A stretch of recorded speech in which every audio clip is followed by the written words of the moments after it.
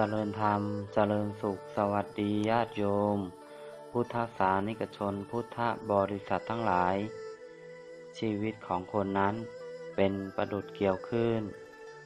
ย่อมมีขึ้นมีลงเมื่อลงถึงที่สุดจะขึ้นเมื่อขึ้นถึงที่สุดจะลงย่อมมีสุขมีทุกข์เมื่อทุกข์ถึงที่สุดจะสุข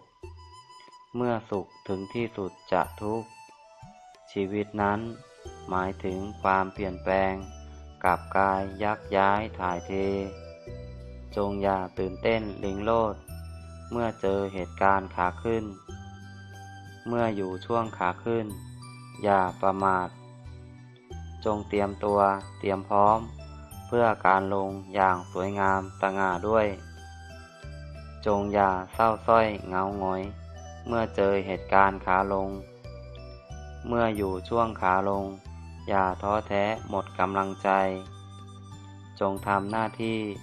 ให้เต็มที่สร้างความดีให้ถึงพร้อมเพื่อรอช่วงขาขึ้นคนไร้วาสนาคือคนประมาทมัวเมาเมื่อขาขึ้นคนไร้วาสนาคือคนท้อแท้ท้อถอยเมื่อขาลงความไร้วาสนาหรือมีวาสนานั้นอยู่ที่ใจตนไม่มีใครทำให้เมื่อเจอผ้าขาวผืนหนึ่งฝูงชนจะเพ่งดูรอยเปื้อนจุดดำเล็กๆบนผ้าขาวฝูงชนจะถือเป็นเรื่องใหญ่สิ่งโสโครกบนผ้าดำฝูงชนจะไม่สนใจท่านผู้ปฏิบัติธรรมทั้งหลายจงขนขวายสร้างความดีจงรักษาจิตตัวเองให้สะอาดอยู่เสมอแต่จงอย่าเป่าประกาศว่าตนเองบริสุทธิ์สะอาดถ้าประกาศออกไปจะมีคนมากมายมาคอยจับผิดจะมีคนมากมายมาคอยขุดคุยเสียดสีในความดีที่สร้างฉะนั้นการประกาศว่าตัวเองบริสุทธิ์จะนำมาซึ่งเรื่องยุ่งยากนักปฏิบัติธรรมจงรักษาจิตให้สะอาดอย่างผ้าขาวแต่จงถ่อมตนเหมือนผ้าคีริ้วอย่าโอ้อวดโม้สรรพคุณตัวเองการตั้งตัวประกาศตน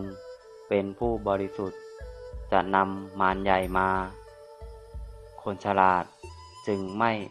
อวดโม้สรรพคุณตัวเองพระอรหันต์ทั้งหลายมักถ่อมตนว่ายังมีกิเลสหนาคำถ่อมตนที่ออกจากปากเรานั้นคนที่เกลียดเรายังรู้สึกว่าน่าฟังนับภาษาอะไรกับคนที่รักเมตตาเรา